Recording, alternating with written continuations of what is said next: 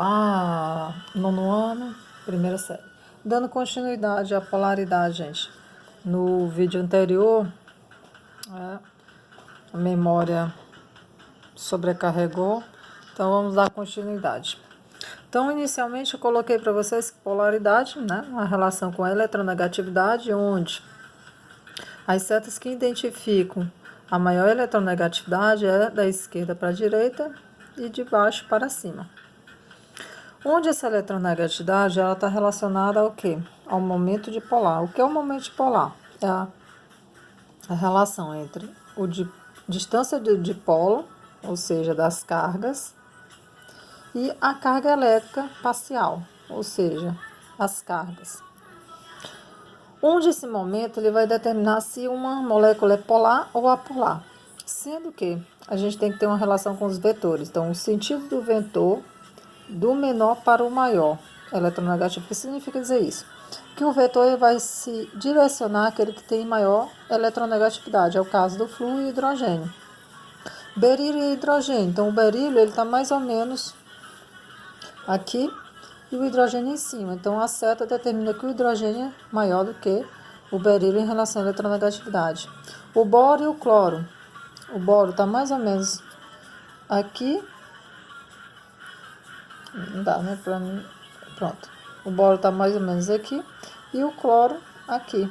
Então, no sentido da seta, quem é mais eletronegativo? O cloro. Sendo assim, a gente tem um momento dipolar. Então, polar quando é diferente de zero e apolar quando é igual a zero. Sendo que, como é que eu sei isso? Existe uma tabela de eletronegatividade que você calcula. Não tem como você decorar essa tabela a fio, né? Você pode relacionar em relação a posições dele na tabela. Então, a questão, se ela for trabalhar com momento dipolar, ela tem que identificar os valores. No entanto, você consegue identificar se é polar ou apolar uma molécula por meio do quê? Da estrutura, das fórmulas, tá? Da molécula em si. Então, vamos lá. Hidrogênio, H2. Então, gás hidrogênio. Você percebe que são dois hidrogênios. Suponhamos que a eletronegatividade, o momento dipolar, seja 0,1 e 0,1. Suponhamos, né? Então, 0,1 menos 0,1, o momento dipolar vai ser igual a zero. Então, a substância vai ser apolar. Então, não precisa nem saber esses valores. Eu sei que toda vez que for elementos iguais, vai ser igual a zero. No entanto, quando eu tenho para elementos diferentes, vamos supor que seja 1 e aqui 0,1, o momento dipolar que vai ser 0,9. Então, é diferente de zero. Se é diferente de zero, então aqui vai ser polar. Aqui, NH3. Os elementos são iguais ao redor. No entanto, tem uma nuvem eletrônica. Toda vez, independente se os ligantes sejam iguais ou diferentes, isso aqui vai ser diferente de zero. Tem energia, então é polar. Toda vez que tiver nuvens eletrônicas, é polar. Então, pronto, ó, igual, tem nuvens eletrônicas. Então, se tem, é diferente de zero. Se é diferente de zero, é polar. CH4, você percebe que todos os ligantes ao redor é igual e não tem nuvens eletrônicas. Então, ele vai ser apolar. Olha só, são iguais, no entanto, aqui é diferente. Se é diferente de zero, vai ser polar. Novamente, ó, iguais, mas aqui o oxigênio é diferente. Então, se é diferente, é polar. Se todos fossem iguais, seria apolar. Olha só, todo mundo é igual. Considerando que esse hidrogênio tá eletronegativo, ou seja, o nitrogênio, ele está promovendo essa ligação devido à carga. Então, se todos os elementos são iguais, é apolar. Novamente, ligantes iguais, apolar. E aí, o que isso aqui importa para a gente? Solubilidade. Água, ela é polar. Óleo é o quê? Apolar. É uma cadeia enorme que apresenta carbonos iguais com seus hidrogêniozinhos. Então, se o óleo apolar e a água é polar, ela não consegue diluir uma na outra. É por isso que forma, tá, uma difase, ou seja, duas fases, a água e óleo, relacionada à densidade. O outro detalhe é, todos compostos moleculares, ou seja, estamos falando de orgânica, compostos orgânicos, eles são apolares, na sua grande maioria, ok? Então, solubilidade, apolar dissolve apolar, polar dissolve polar, mas apolar não dissolve polar ou vice-versa. Então, se eu quiser diluir, por exemplo, álcool, consegue estar o quê? Relacionado com a água, porque o álcool ele é o quê? Praticamente polar. Também tem essa relação, ok? Então, se eu colocar água e álcool, eles vão se tornar uma única fase. Mas se eu pegar, por exemplo, petróleo, gasolina e água, não se dilui. Por quê? Porque apresenta polaridade diferente. Pois bem, vamos dar continuidade, né? Hibridização. Olha, eu fiquei para preencher aquele outro folhazinho que a gente ficou na primeira aula, né? Então, a hibridização, vou colocar assim para vocês, é uma associação, uma mistura de orbitais. Isso a nível de quântica, tá? A relação para que a gente tenha uma visão maior. Só que os orbitais, vocês já sabem, né? O local onde ficam os elétrons. Lembrando a regra de Hund, só comportam 2 elétrons num orbital, tá? E o princípio da exclusão de Pauli. Eles têm que estar o quê? Em sentidos contrários. Então, para a formação de híbridos, todo mundo já ouviu falar em híbrido na parte da biologia, né? Pois é. Probabilidade de achar um elétron. Então, como é que isso acontece? Na última valência, toda vez que uma distribuição eletrônica terminar com 4s2, a gente vai ter uma hibridização, sp. Como é que isso acontece? O estado fundamental está relacionado, ó, o 4s2, está aqui ele. Quantos elétrons tem aqui? 2. Então, 1, 2. Beleza. O próxima camada, ou melhor, o próximo subnível é o P. Ele está zerado. Então, vamos fazer uma transferência de elétron. Esse orbital, o P, que a gente viu em números quânticos, o S tem um orbital, o P tem 3. Beleza. Aqui tem 0, então, ó, tá vazio. Então, o estado fundamental é esse. S2 e P0. Tá mostrando os orbitais. No estado ativado, a gente vai fazer uma transferência. Transfere um elétron daqui para tornar esse orbital visível agora, ó. Eu deixo esse orbital, como o último é o para baixo, ó. Vou transferir ele para cá. Tem que ser, né? Iniciando de um lado esquerdo para o lado direito. Preenchendo sem deixar espaço. Agora eu tornei ele visível. Então agora vamos hibridizar. O que é hibridizar? Juntar o S com o P. Aí. Então, por isso que a hibridização é SP. Então, toda vez que o último elemento terminar em S2, independente do nível, se é 2S2, 3S2, 3S2 e assim vai ser a hibridização SP. Sendo que essa hibridização está associada à geometria, a gente também vai já ver ela. Toda vez que terminar em 4P1, vamos tornar isso aqui visível. Olha só. Lembra? O S, então eu tenho um 4S2 para trás. Se tivesse terminado em 3, seria 3S2. E temos quem? O 4P1. Aqui eu tenho quantos elétrons? 2. Minha última valência tinha 1. Pronto, estado fundamental. Vamos para o estado ativado. O que é o estado ativado? A transferência de um elétron. Então, o que eu vou fazer? Vou tirar esse elétron que estava aqui e vou transferir ele para O. E o estado hibridizado de novo, a junção desses orbitais. Então, 1 do S e 2 do P. Então, vou ter SP2.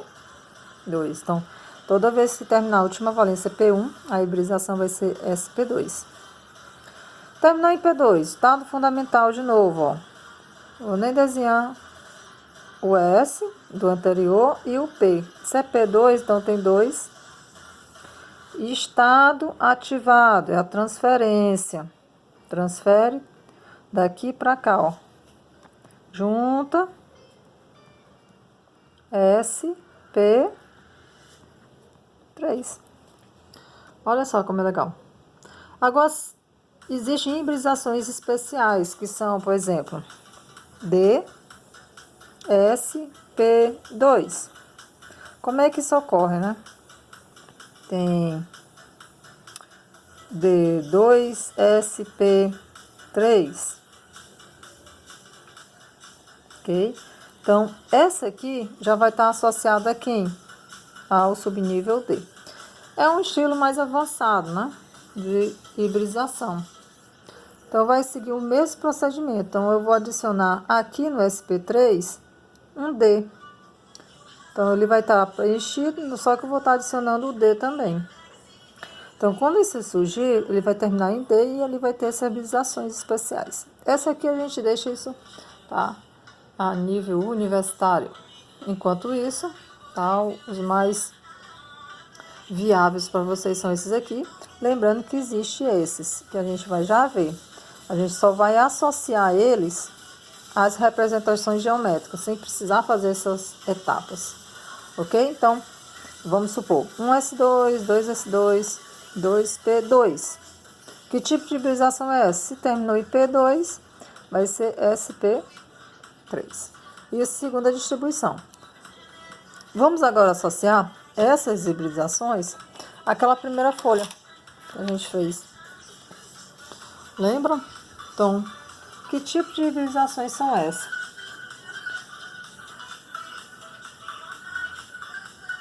Então, as hibridizações. Vamos lá. Toda vez que eu tenho uma hibridização linear, ela vai ser SP. Então, toda vez que for linear nesse estilo aqui, a hibridização é SP, ok? Linear. Quando ela for angular, ela vai ser SP2, ok? Angular, SP2, linear, SP.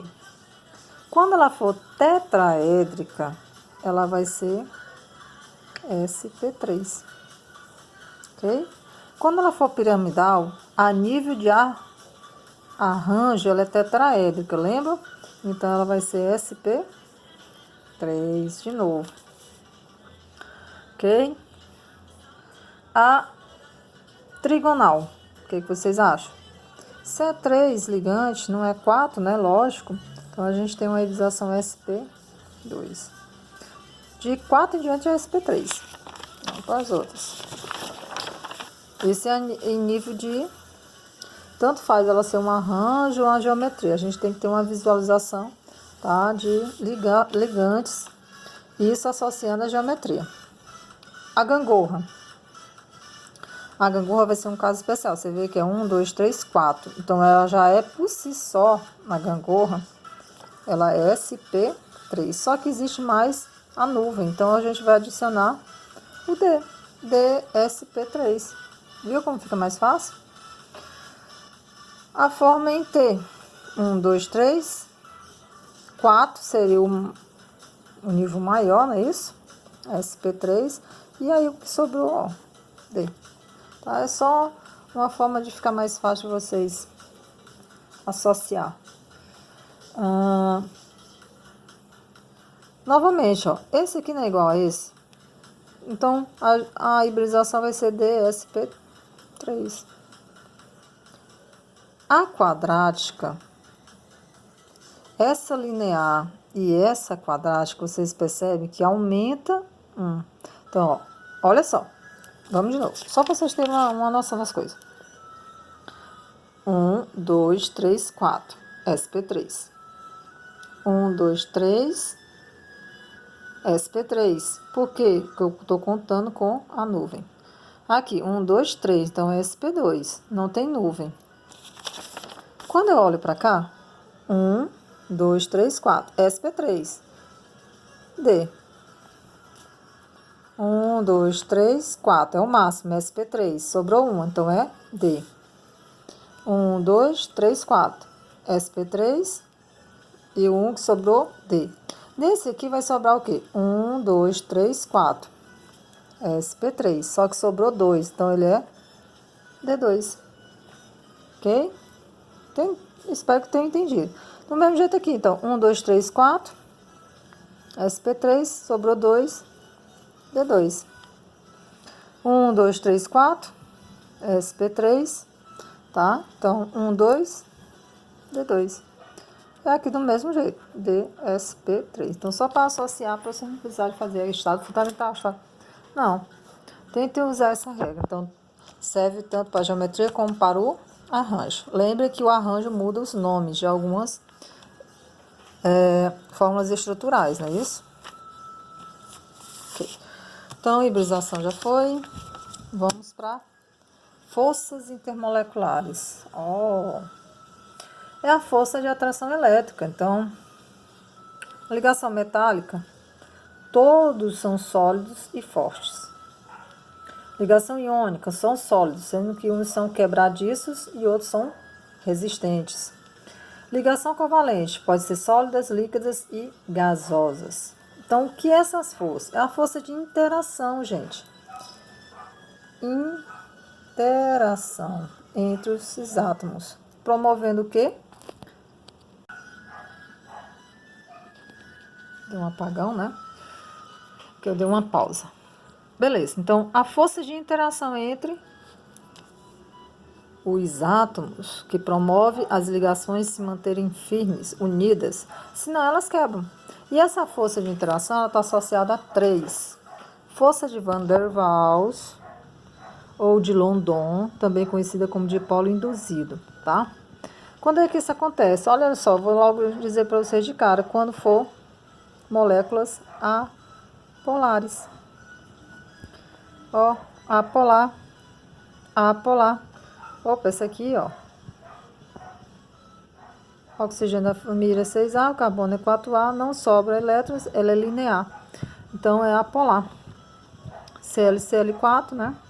Tetraédrica com os elementos tudo igual. Então, todos eles são apolares. Toda vez que você estiver falando de fórmulas que são apolares, tem a ver com a força de Van der Waals. Ok. Vamos para outra. Força de Kelvin, ou dipolo ou dipolo permanente. É quando elas forem, ó, de cara, ó. Quem são isso aqui? Polares. Toda vez que ela for polar, força de Kelvin, dipolo permanente. Quando é que eu tenho uma ponte de hidrogênio? Ponte de hidrogênio é quando o hidrogênio estiver ligado ou ao flúor, ou oxigênio, ou ao nitrogênio. Para que melhor exemplo que quem? A água. Essa ligação, essa força que mantém a água unida é uma força de hidrogênio, ou seja, uma ponte de hidrogênio é uma ligação de hidrogênio. Além dela ter uma ponte, ela também é o quê? Polar, então ela é dipolo. Então são duas forças atuando nessa molécula. É por isso que a água ela é tão existencial e resistente, tá? A nível de complexo em relação às forças, sim. Por que essa relação que eu quero colocar para vocês? Porque a força de Van der Waals, de London, de polo induzido, elas têm menos força que as de polo permanente, que é mais fracas, lógico, que as pontes de hidrogênio. Então, quem são as mais fortes? Ponte de hidrogênio. De polo permanente são intermediárias, de polo induzido são as mais fracas, são mais fáceis de quebrar. Ok? Isso aqui está relacionado aos tipos de ligações. Aí a gente vai para outra parte. As relações entre ligações e propriedades. Olha só. As ligações metálica, iônica, covalente polar, sim, e covalente apolar. Exemplo, o álcool. O álcool, ele é covalente polar. E apolar, uma gordura, né, praticamente apolar. Então, existe uma relação de ponto de fusão e ponto de ebulição, condutividade, solubilidade e partículas. Então, o ponto de fusão, tá, para a metálica, o que vocês acham? É lógico que é alta. Para as iônicas, é só você imaginar, ó, uma ligação iônica, o sal. Então, cloreto de sódio, tá? É uma solução iônica. Sal, logo ela também vai ser alta. Covalente polar, tá? Eu falei para vocês o caso do álcool. Então é o quê? Ponto de fusão. O álcool ele, é baixo. Para as covalentes apolares também são baixos, são muito baixos. Exemplo, açúcar. Se você pegar o açúcar e aquecer rapidamente, ele vira aquele melaço. Por quê? Porque é uma covalente apolar. Tá? Álcool, E o açúcar, ele é apolar, então é mais fácil ainda de queimar. Ou seja, o ponto de fusão, o ponto de ebulição dele é baixo. Condutividade. Condutividade é a capacidade de correntes elétricas. Então, para a condutividade, quem é mais fácil passar uma corrente elétrica? Um sal, uma solução salina ou uma solução com açúcar? A solução salina, tá? Então, na metálica não precisa nem falar, né? Os metais apresentam alta condutividade. Uma solução iônica também, principalmente se eles estiverem fundidos, ou seja, em solução também. Então, vou até colocar aqui. Fundido significa derretido, né? Ou em solução. Então, o que que acontece? Tô com um risco aqui. Risco. Tava tentando tirar uma caneta, sujou minha unha aqui. Então, covalente polar. Na covalente polar, temos o que para a condutividade? Ela é praticamente nula. Não conduz, tá? Praticamente. Por quê? Devido a essa polaridade. E aqui é totalmente nula. Então, ela não conduz eletricidade. Solubilidade. O que temos para a solubilidade? Então, capacidade de diluições, né? Então, os metais são insolúveis, tá? Insolúveis. Eles podem ser derretidos, ou seja, fundidos, mas dissolver assim não. Ah, Patrícia, o processo de oxidação, olha, é um processo de cargas, de ganho e perda de elétrons, ok? Não é a solubilidade. A iônica, ela é o quê? Solúvel em solventes polares. Cuidado, solvente polar. Apolar não. Então, se eu pegar o sal e tentar solubilizar ele no açúcar, ele não vai solubilizar, ele vai solubilizar na água. Covalente polar. Então, eu tenho que ter um solvente polar, né não? Então, polar dissolve em polar. Apolar dissolve em apolar. Ok? E a última são as partículas. Então, que tipo de partícula é a que forma as metálicas? O que vocês acham? Então, as metálicas, elas são formadas por quê? Por átomos. Imagine, átomos, eles podem ser iguais ou diferentes. Por exemplo, uma barra de aço, ela tem ferro, ela tem alumínio, tem carbono, tá?